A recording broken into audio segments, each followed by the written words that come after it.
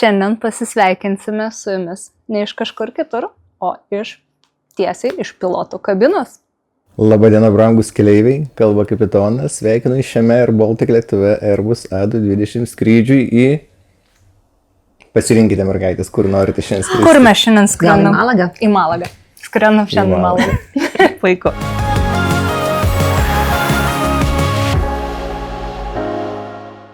Taip tiksliai, kaip autopilotas skrenda, tikrai sunku suskristi. Nei vienas lėktuvas dar nesulūžo nuo turbulencijos. Kaip ateina ta idėja visą laiką būti virš debesų?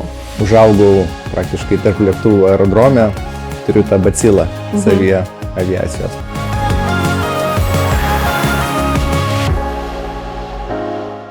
Taigi šiandien mūsų pasisveikinimas iš piloto kabinos, o iš tikrųjų iš trečiojo Novaturo tinklalaidės laidos, kur šiandien mes su Jurgita turime neeilinį svečią. Svečią turime pilotą, Air Baltic aviakompanijos pilotą, kuris šiandien kartu su mumis pasidalins savo gyvenimą, savo darbą užkulisiais. Kartu mes su juo griausime ir mitus apie aviaciją, apie pilotavimą. Yra tiek daug mitų ir tiek daug klausimų visi turim, bet šiandien kartu su Andriumi bent dalį bandysime jų įveikti. Šiandien taip pat Andriaus ir jūsų, mėly klausytojai ir žiūrovai, laukia taip pat ir dvi mūsų rubrikos, mūsų laidos rubrikos Slaptas kelionės prieskonis ir taip pat jūsų didžiausias kelionės feilas. Na ir bandysime iš tikrųjų pasižiūrėti į tą tokią romantišką, išsvajotą, tokią mistišką profesiją, šiek tiek iš tos realybės ir susipažinti su pilotu, su žmogum, kuris dažniausiai jūs ir mus skraidina į savo atostogas ir visas išsvajotas keliones. Na ir bandysime šiandien vieną mitą sugriauti, iš karto nuo jo ir pradėsime. Aš žinau, Andriau, kad yra paplitęs mitas aviacijoje, kad niekada pilotas, kapitonas ir visa įgula nevalgo to paties maisto skrydžio metu, tam, kad neapsinuodytų, na ir saugumas būtų maksimaliai išlaikytas. Ar tai yra tiesa? Tai yra tiesa. Kiekvienam skrydyje? Kiekvienam skrydyje pilotas, kapitonas ir antrasis pilotas gauna skirtingą maistą. Na va, iš tikrųjų... Vadinasi, mitas, ne mitas. Patvirtinam Teisybę. Man tai stebina visą laiką yra įdomu, kaipgi žmogus pasirenka piloto profesiją. Kaip ateina ta idėja visą laiką būti virš debesų? Aš irgi paklausiu kolegų, kaipgi tu čia taip nusprendai, nes mano situacija yra visiškai, sakykime, kitokia, galbūt nedaugelis, kaip aš, jau būna viskas suplanuota, kaip sakant, nuo vaikystės. Užaugau praktiškai tarp lėktuvų aerodrome, mano visas vasaros buvo pačios gražiausios praleistos tarp lėktuvų. Tad užaugus jau net nebuvo klausimo, ką aš Tai jūs veiksiu. kaip ir paveldėjot? Kaip ir paveldėjau, kaip jau ir genetiškai turiu tą bacilą savyje aviacijos. Sekate kažkieno pėdas, Taip, bet tėvelis ar džiaugiatės tuo pasirinkimu, kad sekat tėvelių, kaip sakot, pėdomis dabar? Ar tikrai tai yra ta profesija, kuriuo jūs norėjote turėti gyvenime? Nieko kito aš nemoku daryti. Aš dar norėjau paklausti, ar atsimenate pirmą kartą, kai su savo tėčiu pirmą kartą skridote, pakilote, o gal net leido pilotuoti tą atsiminimą? Gal... Nežinau, ar tai buvo pirmas, bet aišku prisimenu, kaip skraidydavom. Buvau mažas visiškai, ten pasisodindavo ant kelių ir duodavo pavairuoti. Kažkada stumtelėjau stipriau, biškai, lėktuvas pakibau, išsigandau šiek tiek, po to sakė atsargiau, ne taip jau norėjau vairuoti, bet... Norėjote iš karto veržliau? Iš karto, taip, kilpą. Iš karto į debesis, kaip sakot, kilpą daryti. O kur rekomenduotumėt, Andriau, tokiam pasistimuliavimam ir simuliatoriam tiesiog visiems, kam įdomu išbandyti, kas yra tas pilotavimas? Gal turit kažkokią vietą, kur taip paprasta padaryti, labai lengva susiorganizuoti ir kur sakytumėt, tikrai draugam? Žinoma, tai tikrai ne į simuliatorių. Tai siūlau važiuoti į aerodromą, kokį nors arčiau namų, kuris randasi ten Vilniuje, pavyzdžiui, yra Kyviškės, yra Paluknio aerodromas. Tai ypač į Paluknio aerodromą aš ten ir užaugau ir ten galima tikrai suskristi mokomai skrydį ir pabandyti papilotuoti lėktuvą, pasijausti, ar patinka, ar nepatinka. Galbūt būna žmonės, kurie suskrenda ir jau iškart supranta, kad okei, tai yra mano, noriu tęsti, noriu mokintis.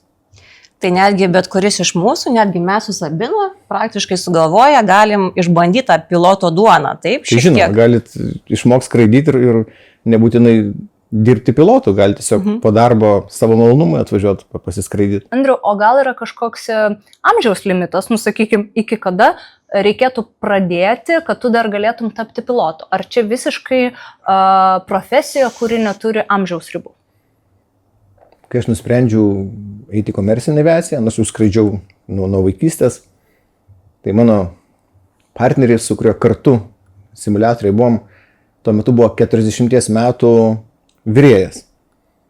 Ir jisai nusprendė pakeisti savo profesiją. Tai niekada pilotų gali būti komercinių pilotų iki 65 metų, tai 25 metai dar jam, kaip sakant, paskraidyti. Taip, kad jūs dar drąsiai galite tapti pilotinis. Aš manau, kad mes tikrai išbandysim. Išbandysim tikrai, bet vėlgi man tas kirba, žinai, klausimas visuomet, būnant danguje, tu pakyli, labai daug žmonių turi skrydžio baimę. Aš visuomet pamenu, mano draugas, jisai aišku ne komercinių lėktuvų, ne didžiųjų lėktuvų pilotas, jisai buvo malusparnių pilotas, bet vis sakydavo, kad nesirink niekada prieki vietos, man sakydavo. Sėdam nuo sparno ir į galą, nes ten yra saugiau. O aš visą laiką ta, kuri pirmoje eilėje sėdi. Tai kur ta teisybė? Ar tikrai saugiau sėdėti už sparno antroje pusėje, ar vis tik tai nėra skirtumo? Siūlyčiau sėstis ten, kur komfortabiliau, kur daugiau kojoms vietos. Dažniausiai priekyje kėdės būna skirtos verslo klasės, tai šiek tiek daugiau vietos yra. Ar prie avarinių išėjimų ten dar daugiau vietos. Tai tikrai dėl saugumo šiuo atveju tiesiog pasitikėkit pilotais, pasitikėkit visa sistema, nes šiaip sau yra tiek daug reguliavimų, kad aviacija būtų saugiausia transporto priemonė. Ir nesukit galvos, sėskit ten, kur jums patinka, kur galbūt prie lango, jeigu patinka vaizdą matyti, arba jeigu norit bėgioti į tualetą, dažniau galbūt prie išėjimo. Tai dėl saugumo nėra skirtumo, ar arčiau piloto sėdėsi, ar vis tik tai gale uodegoj kažkur tai turim pasitikėti tikrai gerai valdančius lėktuvus pilotais kaip jūs ir keliauti tiesiog nebijoti. Taip? Tikrai neverta eiti tas statistikas ir kur ten biški saugiau po tų įvykių, ten kažkur kokios zonos galbūt gale, bet niekada negali žinot, kaip ten kas, jeigu jau kažkas nutiks, ta prasme, vėlgi tai yra loterija, kuri ta vieta bus buvusi saugesnė. Andriu, o kalbant apie tą saugumą, turbulencija, tarkim, ar ji tikrai ne vieną išgąsdina, kai kažkas tokio sujuda jau lėktuve, truputį matai jau kitas ir griebia iš karto, kolegai sėdi čia už rankos. Nei vienas lėktuvas dar nesulūžo nuo turbulencijos. Man buvo toks, atsimenu, savo tokią, kaip čia pavadinti, stipriausią turbulenciją, kokią teko patirti. Tai pakilus iš Milano, tik užlipus virš Alpių, tai pradėjo purtyti, jau nenėjo su ranka nieko pasukti, ant pareguliuoto, autopilotas atsijungia ir atsimenu, tik padidinau vertikalų greitį, pasižiūrį sparną, sparnas plasnoja kaip popierinis. Taip. Ir galvoju, labai tvirti lėktuvai, gali drąsiai skraidyti per turbulenciją, nelūžta. Nelūžta. Tai koks jūsų patarimas būtų turinčiam tą baimę? Aviacijos, skrydžio baimę. Galbūt pabandyti tiesiog iš tikrųjų atvažiuoti ir paskris su mažu lėktuvėliu, suprast, kaip tai veikia, galbūt šiek tiek ir pačiam pavairuoti, nes iš kur ta baimė, turbūt iš nežinomybės, kai žmonės nežino, kaip čia dabar tokia tiek tonų dabar ore, kaip gali išsilaikyti, nukristi. Žmonės galbūt susipažintų arčiau su aviacija, pabandytų galbūt ir patys papilotuot paskristi ir būtų aiškiau tada, kaip viskas vyksta. Labai toks geras patarimas. Taip, nes iš tikrųjų žmonės dar ir mes ir patys dažnai, kai mes nekontroliuojame kažkokio proceso ir turim pilnai atsiduoti, tai piloto, kapitono rankas, tai yra tikrai labai baisu, tai toks netgi šiek tiek baimių įveikimas ir supratimas proceso, tikrai aš manau, kad geras patarimas ypatingai tiems ir tokių yra tikrai nemažai žmonių, kurie turi tą labai stiprią skrydžio baimę. Tai aš kaip tik norėjau paklausti būtent Air Balticas yra Baltijos šalių kompanija. Ar niekada nesat gavęs kažkokių kitų pasiūlymų iš užsienio kompanijų, galbūt vežėjų, kad tapti jų pilotų ir kaip pačiu jaučiatės, ar yra tas skirtumas, kad esate Baltijos šalių aviakompanijos dalis? Jo, pakeisti darbą problemų pilotų šiai dienai nėra, ypač su patirtim. Bet kas ko ieško? Kas ieško galbūt didesnio atlyginimo, žinoma, ten tolimuosiuose rytuose tikrai atlyginimas yra gerokai didesnis. Aš orientuojuosi į namus, į draugus, šeimą, tai kaip ir Air Balticas yra ta kompanija, kur aš galiu leisti daugiau laiko namuose. Ypač dabar vėl atidarė bazės Taline Vilniuje, tai papuoliau Vilniaus bazę, tai iš Vilniaus, iš namų praktiškai išeini, suskraidai, grįžti namo. Labai nedidelis procentas pasaulio pilotų gali skraidyti iš namų. Tai, kaip sakant, jaučiuosi vienas iš tų laimingųjų, kuriam taip nuskilo. O kokie dar privalumai yra būnant pilotu ar kapitonu? Ką jūs... Tai labai daug privalumų. Vien privalumai. Vien privalumai. Vien privalumai. Ja. Šiaip darbas yra, kuo man patinka, tai nėra to tokio sėdėjimo ofise prie stalo toj pačioj vietoj. Tai yra kiekviena, sakykime, netgi tą pačiam kryptimi skrendant niekada nebus tokio pačio skrydžio. Gali 100 kartų skraidyti, tai bus kažkoks kitas vėjas, kitas lėktuvo svoris, kitas oras. Tai niekad nebūna to paties scenarijos. Nenuobodu. Darbas darbais. Aš norėčiau sužinoti daugiau apie žmogų, apie Andrių, apie pilotą, kokia yra Andriaus kasdienybė, kaip atrodo ta darbo diena. Kiek žinau, Andrius irgi dalinosi, kad jis nuskridęs į kryptį, joje iš tikrųjų net kojos neišlaipina ir nepamato visų tų šalių. Tai daugiau gal sužinot, kokia ta kasdienybė jūs. Tai kas liečia darbą, jeigu kalbėsim apie darbinę kasdienybę, tai sakykim taip, tos romantikos tikrai daug, bet kaip ir viskas gyvenime susibalansuoja, yra ir kita pusė. Tai jeigu kalbant apie tą kitą pusę, tai visiškas to vidinio laikrodžio nebuvimas. Reiškia, mes galim keltis 4 rytus iš eilės, 5 valandą ryto ir paskui 6 dieną, sakys, reikia jau dabar vakare eiti į darbą ir tu turi, kaip sakant, organizmus sakyti, dabar tu miegok, nesikelk savaime 5, nes jau čia kėlės dienas iš eilės. Ir tos, kaip sakant, aprašytos taisyklės visos, kur tie darbo laikai praeina, nepraeina. Ir kaip tas organizmas kartais elgesi, tai nėra taip suderima. Kartais tikrai tenka šiek tiek eiti į darbą, atrodo, kad dar pamiegočiau, dar taip reikėtų kelias valandas. Bet pripranti prie visko. O kalbant apie tą kitą pusę, sakykime, jau nebe darbinę, nes mes vis tik kaip Novaturas esam atostogų ir kelionių organizatorius, tai kaipgi atrodo jūsų atostogos, kur jūs tas atostogas renkatės ir ar iš tų krypčių, kurios skraidote, pats turite savo mėgstamiausią kryptį? Tai šiuo atveju reikėjo pasikviesti kažkokį kitą pilotą, nes mano atostogos tai dėja, bet pačios geriausios atostogos man yra namuose, sodyboje ir, kaip sakant, niekur neskristi. Lietuvoje atostogaujate. Lietuvoje, namuose. Bet žinoma, nori šeima išvykti ir tenka susiruošti ir kažkur išskristi ir ten tada atostogaujant laukti tos dienos, kadagi mes grįšim namo. Čia dažniausiai atvirkščiai visi planuoja atostogas ir išskristi, o jūs, kadangi skraidot darbui, tai jums atostogas yra, kai neskrendi. Tas darbui, tai dažniausiai, kaip ir paminėjot, kad mes nuskrendam ir grįžtam, bet kai darbo laikai nepraeina suskraidyti pirmin atgal, tada jau pasiliekam. Tai tas yra Dubajus, yra Gran Canarijoje, ten Tenerife. Ir tokiu atveju ten būna, kad lieki parai ir 2 parom. Tai ten tada chill. Apžiūri šiek tiek paskui kryptį ir ten gali miestus. tada ir kiekvienas pasirinka, ką nori, kas išsimiegot nori, o kas pamatyti. Tai ką jūs renkatės, išsimiegoti ar pamatyti?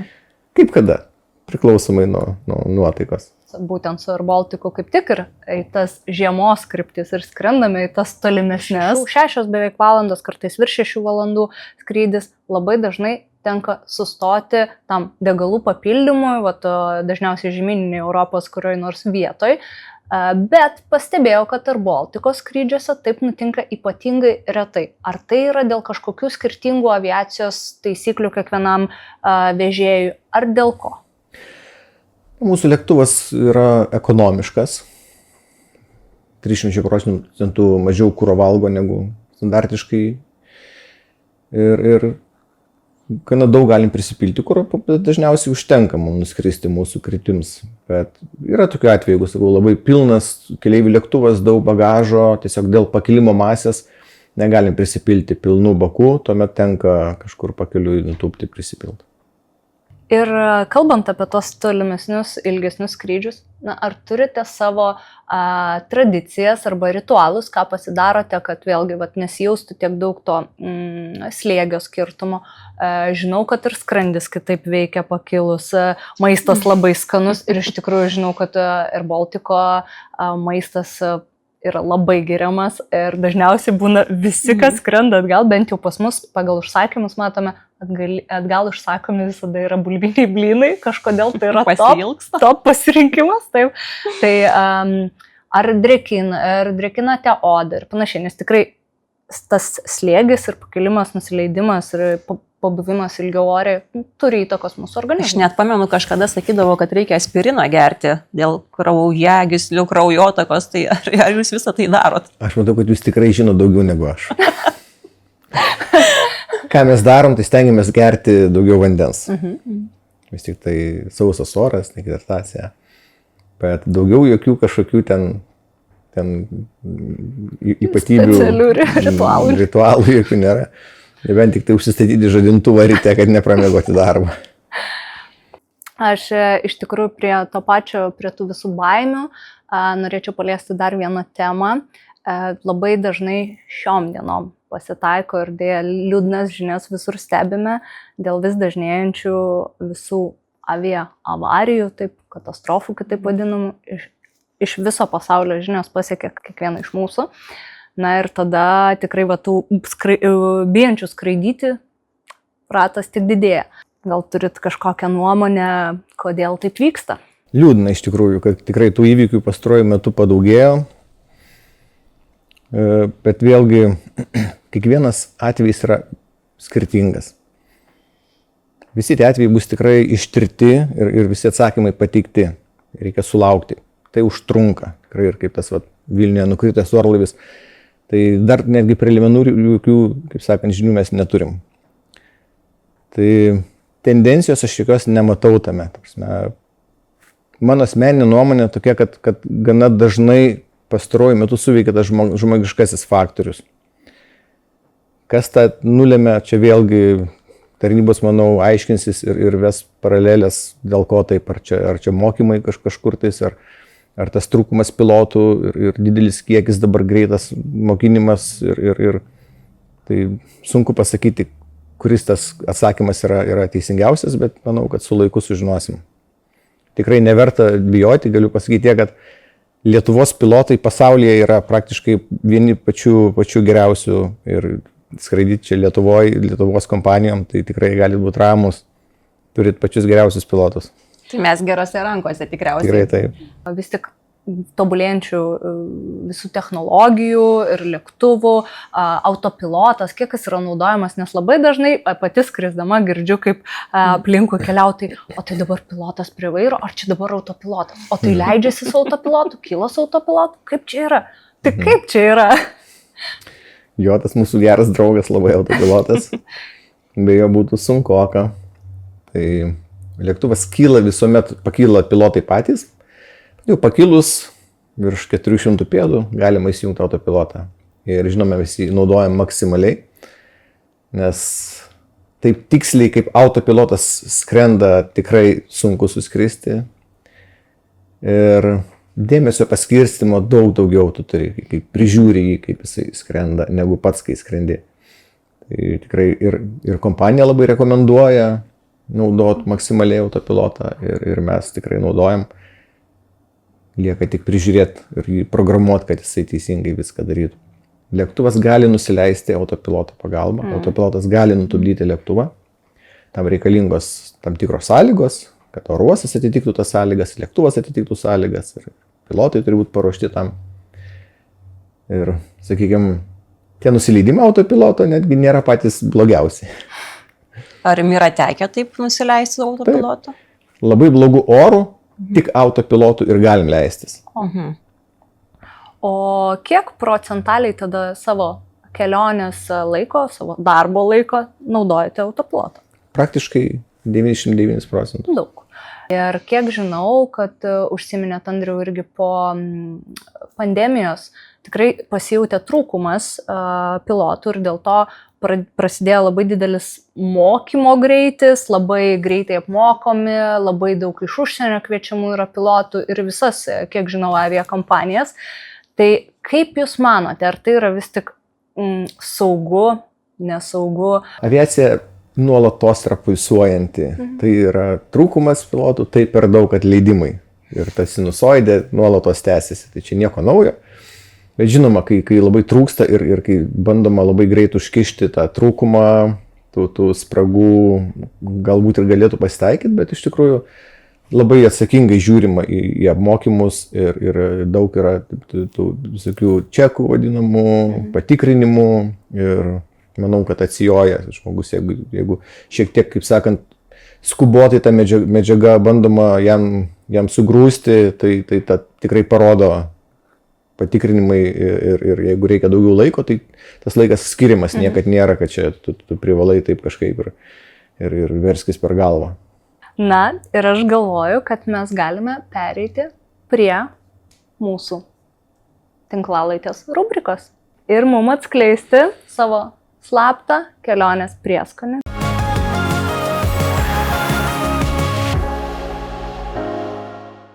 Tai yra savo slaptą vietą iš savo paties kelionių, atostogų, skrydžių.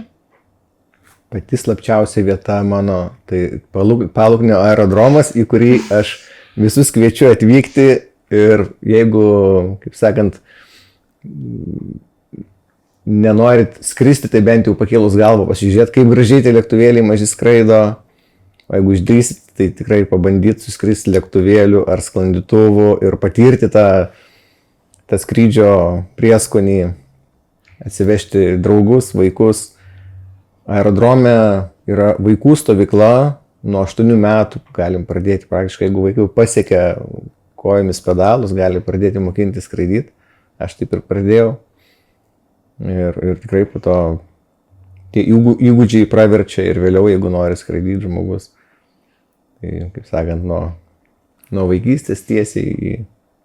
Mane gan sužavėjo šitas prieskonis, nes nereikia netgi toli keliauti. Tai yra viskas ranka pasiekiama. Šalia Vilniaus ir aš tikrai paantrinsiu, nes šią vasarą kaip tik buvo pirmas kartas, kai aš apsilankiau ir kartu su kolega Vidu sklandytuvą išbandžiau ir įspūdžių turėjau, pusę metų aš vis dar atsimenu ir tikrai kartočiau ir mano pačios draugai pamatė, sako, ir aš noriu. Tai taip jau ir visi tikrai tą reklamą naudojasi, tą vietą atranda.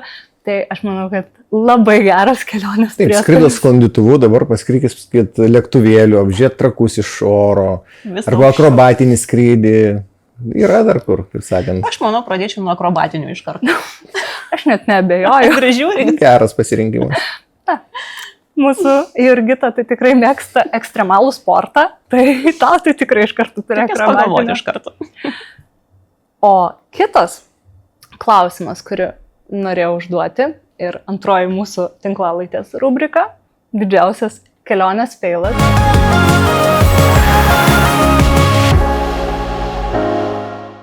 Ir šita rubrika yra visą laiką įdomiausia, o iš jūsų tai labiausiai man įdomu. Tai koksgi tas įvykis, kuris nesėkmingas, bet baigėsi sėkmingas, kurį atsimenat? Pirmą šauna į galvą tokia kelionė su draugu į Alicantę, mes nuvykom ir viskas buvo gerai, kol nereikėjo grįžti namo. Ir kaip minėjau, tais ID bilietais nusipirkome su Lufthansa per Frankfurtą skrydį ir lėktuvą nepapuolėm. Pilnas lėktuvas, reiškiasi. Pasėmėm viešbutį, permigojom kitą dieną su Sasu iki Stokholmo. Suplanavom, žiūrim ten pietinis reisas, atskrendam vakare, kaip tik yra skrydis į Vilnių iš Stokholmo. Ir tilpam į lėktuvą Saso, nuskritam į Stokholmą, vakare jau skrydis į Vilnių, ateinam ir ten viena laisva vieta. Sakau, prašykit kapitono, aš jau kaip pilotas, kad mane paimtų į kabiną ir draugas į tą vieną vietą. Nesakė, tas kapitonas nesutiko, žodžiu, paim mūsų ir mes likom dar vienai nakčiai oro uoste miegoti, tai to nepamiršiu niekada, nes sekantis buvo rytinis reisas Air Baltico per Rygą, tai ten nelabai buvo kur eiti, tai ir sėdėjomės tam oro uoste. Tai toks feilas didžiausias buvo tame, kad tą vakarą buvo draugo mano merginos gimtadienis ir buvo viskas organizuota ir mes turėjom grįžti tiesiai į jį ir, žodžiu, atšventėm tą gimtadienį su draugu oro uoste. Tai kaip kartais kapitonai praleidžiu naktį oro uoste. Lieka ant ledo, ja.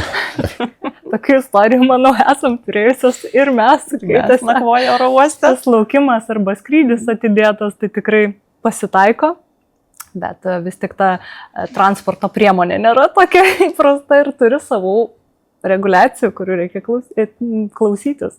Tai Andriau, labai šiandien ačiū už dalyvavimą pas mus, už pokalbį. Tikrai labai daug sužinau, Sabina, šiandieną apie tą piloto gyvenimą ir galbūt apie profesiją piloto, apie, ko galima tikėti skrydyje. Ir tikrai labai labai ačiū. O jums, mūsų žiūrovai, klausytojai, linkiu daug skrydžių ateityje, pažinti tolimus kraštus, pažinti artimus kraštus, Europą išmaišyti, kad nebijotų skrydžių, kad jeigu yra baimė kokia, tai, kaip sakė Andrius, pasibandyti Lietuvoje, paskristi truputį, tikrai ta baimė pradings ir keliauti. Tie mūsų keliautojai, mūsų klausytojai ir žiūrovai, kas norėtų keliauti kartu su Andriumi, tai mielai pakviesime jūs pasižiūrėti ir užsisakyti Novatura keliones ateinančiai vasarai į Malagą arba žiemai, dar šiai nesibaigusiai žiemai, arba jau kitų metų žiemai planuoti ir svajoti apie savo atostogas, kur su Andriumi galėsite skristi į Tenerife, Gran Canaria ir Dubajų, nes keliauti kartu lengva.